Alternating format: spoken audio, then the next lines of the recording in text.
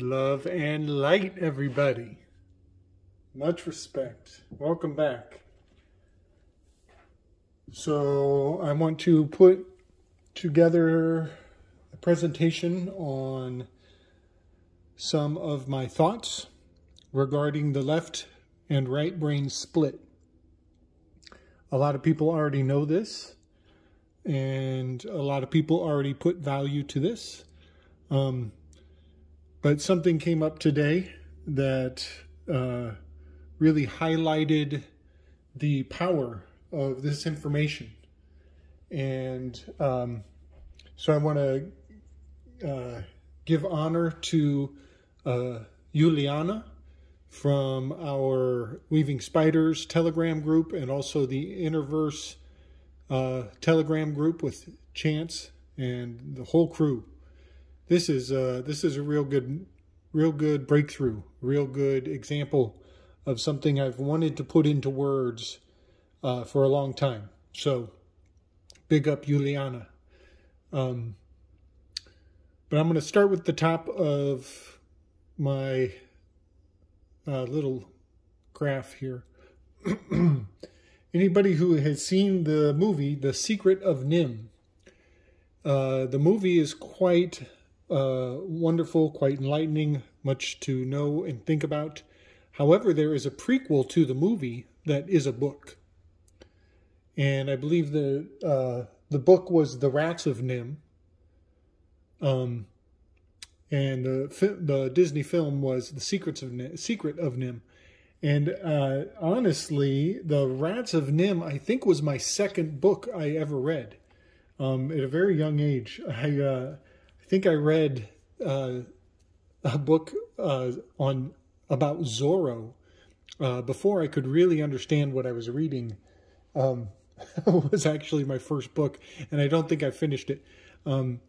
But my second book ever was The Rats of Nim, and it's the story of Jonathan Brigsby in his captivity at the National Institute for Mental Health, NIMH, which is an actual location where many experiments have taken place, animal experiments, and the information from those animal experiments are applied to human behavioral patterns. And so that location and that information from those studies are applied through a social Darwinistic lens onto the masses. And social Darwinism is a subject that I have a lot of, I got a lot of beef with that concept. And the reason being is going to come through in what I'm trying to present here. So, essentially, I guess I should give the broad overview first. I believe that applying animalistic psychology to humans is a dangerous foundation to build presuppositions upon, because humans are not principally motivated by their animalistic self. We are dominated by our will, our propensity for disobedience. And so I believe that making laws based on our animalistic root foundations is a very twisted inversion of the truth of the place that we live in. So what I'm getting at is that what separates man from animal is his willfulness, is, some would say, his disobedience. And these systems that presume to influence us through the presupposition of obedience. And that aspect of the human mind is considerably oppressed, but it provides a communication avenue for external influences to steer our decision making. And so there's quite a bit of inversion and how do I say it? Crossing over of worlds.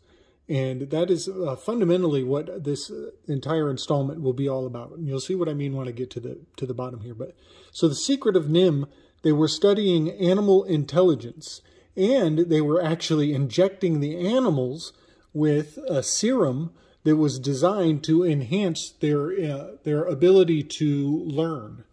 And based on some very remote, obscure research that I've done, you know, it's quite possible that that serum may have had rat brains in the serum to boost intelligence.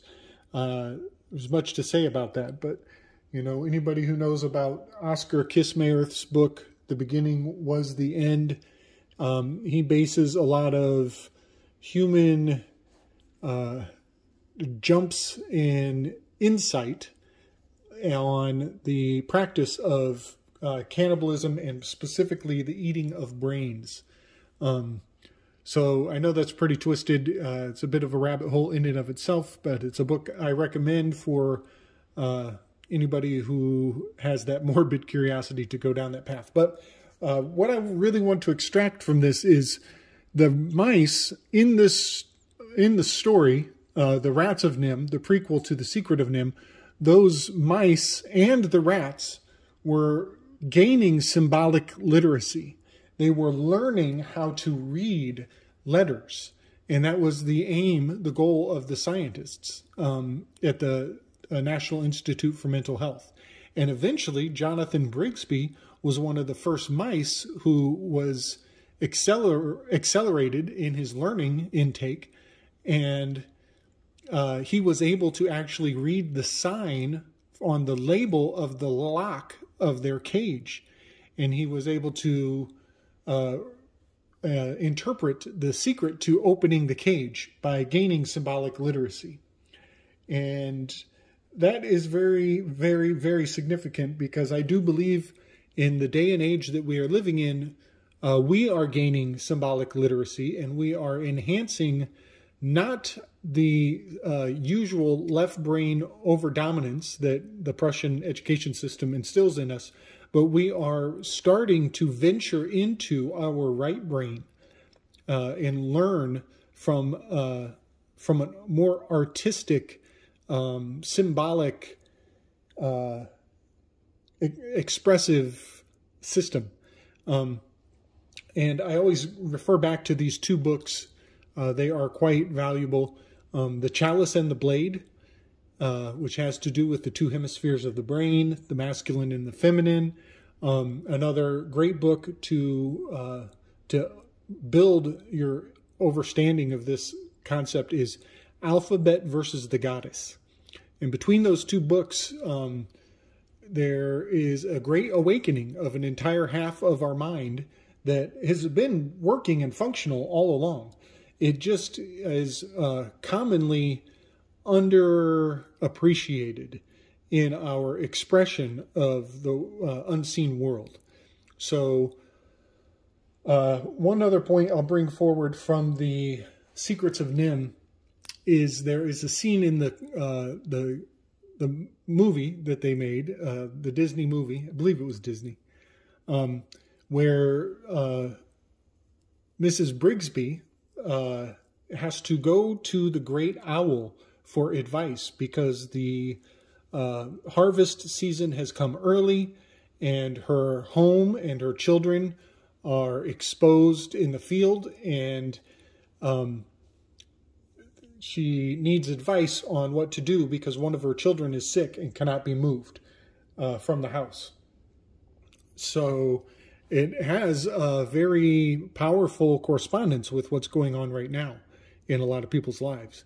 So she goes to the great owl, and the great owl, he's pretty callous towards her, but once he finds out her last name and realizes that she is the wife of Jonathan Brigsby, who helped all the rats and mice escape from the National Institute of Mental Health, that her husband is a man of renown, that she has a sacred bloodline, the owl refers her to a higher order of intelligence and tells her to go seek out the rats in the rose bush, sub rosa, from the underworld.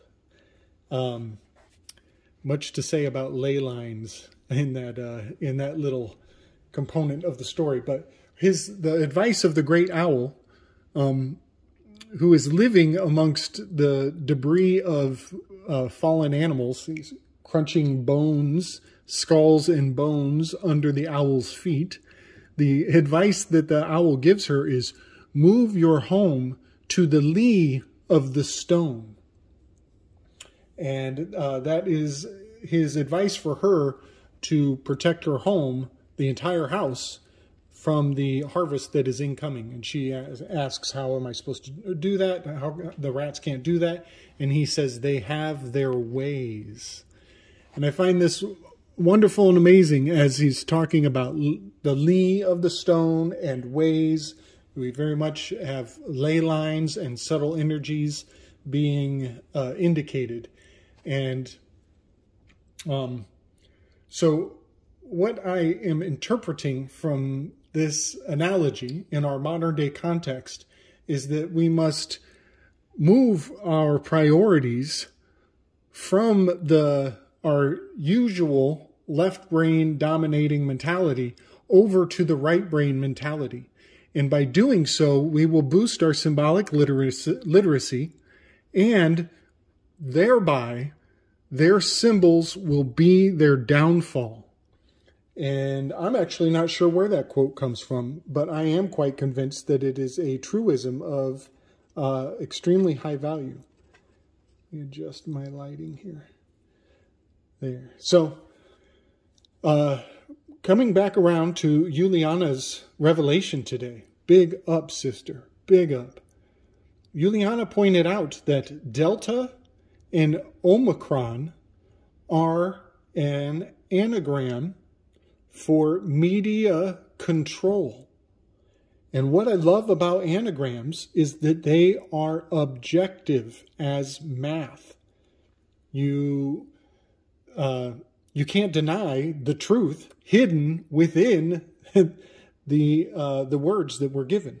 So this is very powerful, and this is an indication that we're looking at their symbols. We're looking at a scrambled code, and this very much lends to the theory that the elites, the power, whatever, the powers that should not be, that they adhere to systems of karmic absolution, and they are required to give us the truth. But they use this split of our mind to put the truth in plain sight, and they depend on us to have too much left brain dominance to unscramble the truth that has been handed to us. And but there is quite a new day and age on the horizon, and we are seeing with both hemispheres of the mind. And because of that fact, there is a greater truth being revealed. And so I just wanted to put that little factoid out for people to proliferate and spread the word. It's very powerful that this is hidden inside of these two words. Very powerful indeed. It's going to take me days and days to fully appreciate. But I'm putting it on blast. I'm sending it to everybody I know, and I'm pretty elated about this truth that has been found within those two words. So I just want to very quickly, do some elucidation on the concept of the right and left brain. So it is the left brain that crosses over and influences the right hand side of your body. And this is why so many people are right-handed. And it is the right brain that influences the left side of your body. And I have heard that certain research indicates that if you are a left-handed person, that your brain is in fact flipped in these dynamics. So what I'm putting forward here is speaking in generalities. Generally speaking, if you're a right-handed person, this is the nature of the interplay from your internal world to your external world. So that's why I have this crisscross going on. But the heart, the feelings, your internal world is a part of your right brain. And this is the part of your mind that is actually receiving this truth, this media control. If you were to look, before you, what Yuliana brought forward, if you were to look at the word Delta and Omicron, it would be your left brain that is making sense of this. It is writing it out in order and linear thinking, linear fashion. That's why I have a rectangle around the word out. However, on a very sub-unconscious level, it is your right brain that is actually seeing this media control. On some level, we all have seen this before. It was just Yuliana's wonderful revelation that brought it forward for us to spell it in its proper order and to put it back into a left brain context, to decode and encode it. So your right brain is heart-centered, it is feeling-oriented, it is intuitive, it is it is the art of your heart. And so I put, this is love and will. This is very thelemic, this love and will concept, which comes up and will come up again for many very good reasons. But this, I do believe, this crisscross is a sacred cross in its own right. And, the seal of the Vatican has those two keys crossing over each other. These are the two pillars, Joachim and Boaz. This is the X marks the spot on the analema. Many, many aspects of this sacred crossing are expressed in the signs and symbols around the world. And hopefully we can flip the script and turn this into the downfall of the powers that should not be. So you'll notice that I encircled the word in because it is your left hand that holds. If you're out collecting berries, your left hand is the receptacle, and your right hand is reaching out to grab the berries, to put them in your left hand. This has universal consistency, unless you're a left-handed person. Also, in battle, it is your left hand that is the shield that absorbs, that takes the strikes. And meanwhile, it is your right hand that wields the sword. So I often think of, Mary, the Virgin Mary. She holds the baby with the left hand. And Joseph is often holding a shepherd's crook, which is, he reaches out. He's going out, the external. So a lot of people get bent out of shape about masculine and feminine and their occult significance. But just think physically, the phallus points outward. The yoni points inward. And it is the mastery of these systems that give us creative, generative power. And so a lot of people are very masculine, male-dominated, and would be absolutely flabbergasted to come to appreciate their feminine potential. It's actually very intimidating to see how much potential we all have to harness and develop our feminine aspect, and vice versa. For the feminine, it can be a little overwhelming to find out all of the masculine potential that we are all sitting on.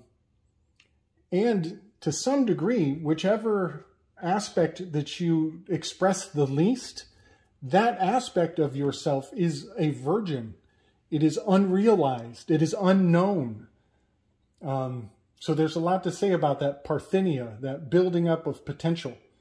So I just wanted to throw a few words into this concept of the right brain.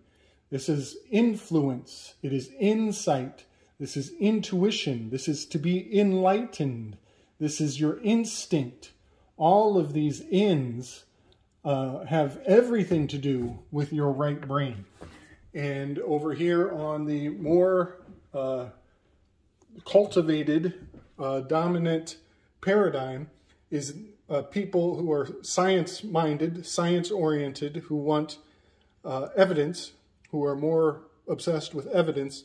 They seek outcomes. They become outspoken. They look for output, and they outsource their belief system to something other than themselves. So neither of these are wrong or right. However, they are left and right. And it is very powerful and meaningful to cultivate a better understanding of what they mean for you.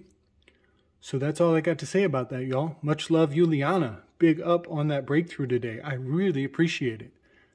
Peace and love, y'all. Strength.